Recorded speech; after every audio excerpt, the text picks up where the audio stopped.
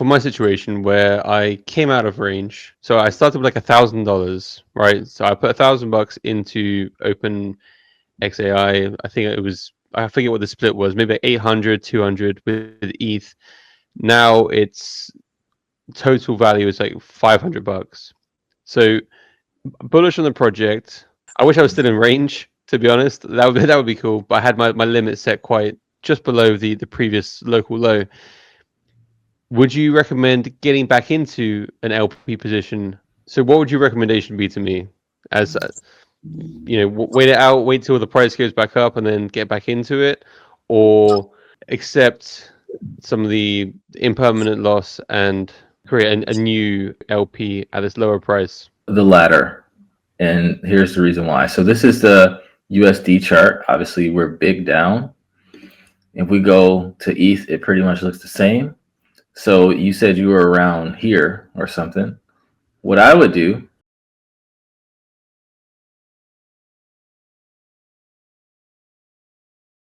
I think this thing could even go, it can go even lower. And I would put it lower because it's just like, if it does go lower again, that allows me to buy at these prices. Okay.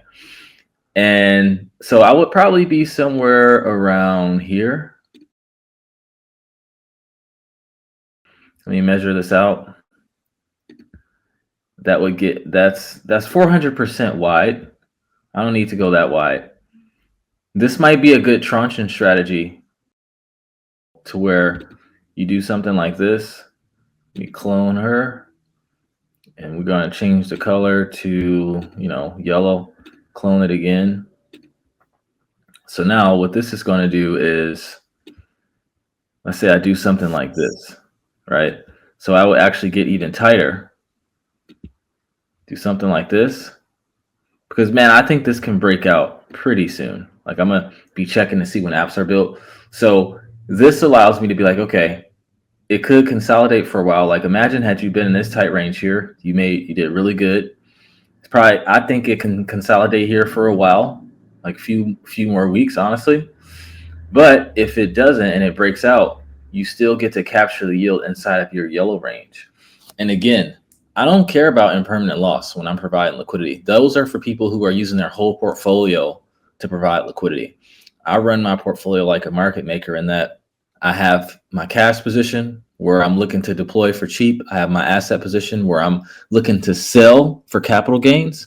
But for my liquidity pools, all I care about is cash flow. That's all I care about, man, because let's say the thing consolidates for another couple months and it's still paying you out 1% a day.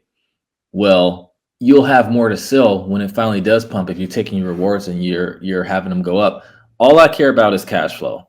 So eventually, if you do this long term and you're yield farming long term, eventually you'll get to the point where you're in these pools and you get 100% back in rewards. So now it's like you're in a risk-free pool. So even if ETH and OpenX go to zero, you still make profit.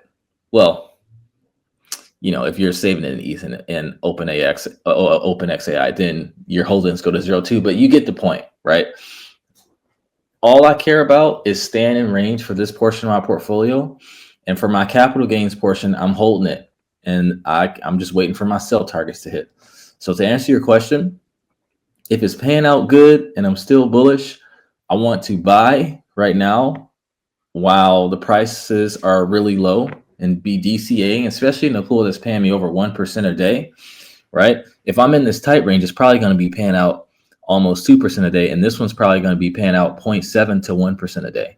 So yeah, I would definitely be in here for sure, because once it goes up, all the other liquidity providers are going to hop in and it's not going to be as competitive unless the buying volume just wildly exceeds that.